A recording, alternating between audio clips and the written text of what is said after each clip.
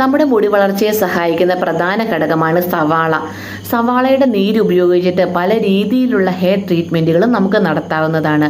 നമ്മുടെ സ്കാൽപ്പിൽ ഉണ്ടാകുന്ന താരന്, മുടി കൊഴിച്ചിൽ, മുടി പൊട്ടിപ്പോവുക, അതേപോലെ മുടി വളർച്ച മുരടിച്ചു പോവുക, ഇങ്ങനെയുള്ള ഏതൊരവസ്ഥയ്ക്ക് നമുക്ക് സവാളയുടെ നീര് ഉപയോഗിക്കാം. പക്ഷേ നമ്മൾ സവാളയുടെ നീര് ഡയറക്റ്റ് നമ്മുടെ മുടിയിൽ അപ്ലൈ ചെയ്യാനായിട്ട് പാടില്ല. സവാളയുടെ നീരിൽ അടങ്ങിയിരിക്കുന്ന പല കണ്ടന്റുകളും നമ്മുടെ സ്കാൽപ്പിന് പൊള്ളലുണ്ടാക്കും. അതേപോലെ തന്നെ പുകച്ചിലോ നീറ്റിലോ ഒക്കെ ചില ആളുകൾക്ക് ഉണ്ടാവാറുണ്ട്. അതുകൊണ്ട് തന്നെ നമ്മൾ ഡയറക്റ്റ് ആയിട്ട് സ്കാൽപ്പിൽ സവാളയുടെ നീര് ഉപയോഗിക്കാനായിട്ട് പാടില്ല. അതേപോലെ മുടി കൊഴിച്ചിലിന് വേണ്ടിയിട്ട് നമ്മുടെ സവാളയുടെ നീരിൻ്റെ കൂട്ടത്തിൽ ഞാൻ ഈ പറയുന്ന ഒരു കാര്യം കൂടെ ചേർത്ത് ഉപയോഗിക്കുകയാണ് എങ്കിൽ 1 മാസം കൊണ്ട് തന്നെ നിങ്ങളുടെ മുടി വളർച്ചയിൽ ചെറിയ മാറ്റം വരുന്നത് നിങ്ങൾക്ക് കാണാനായിട്ട് സാധിക്കും.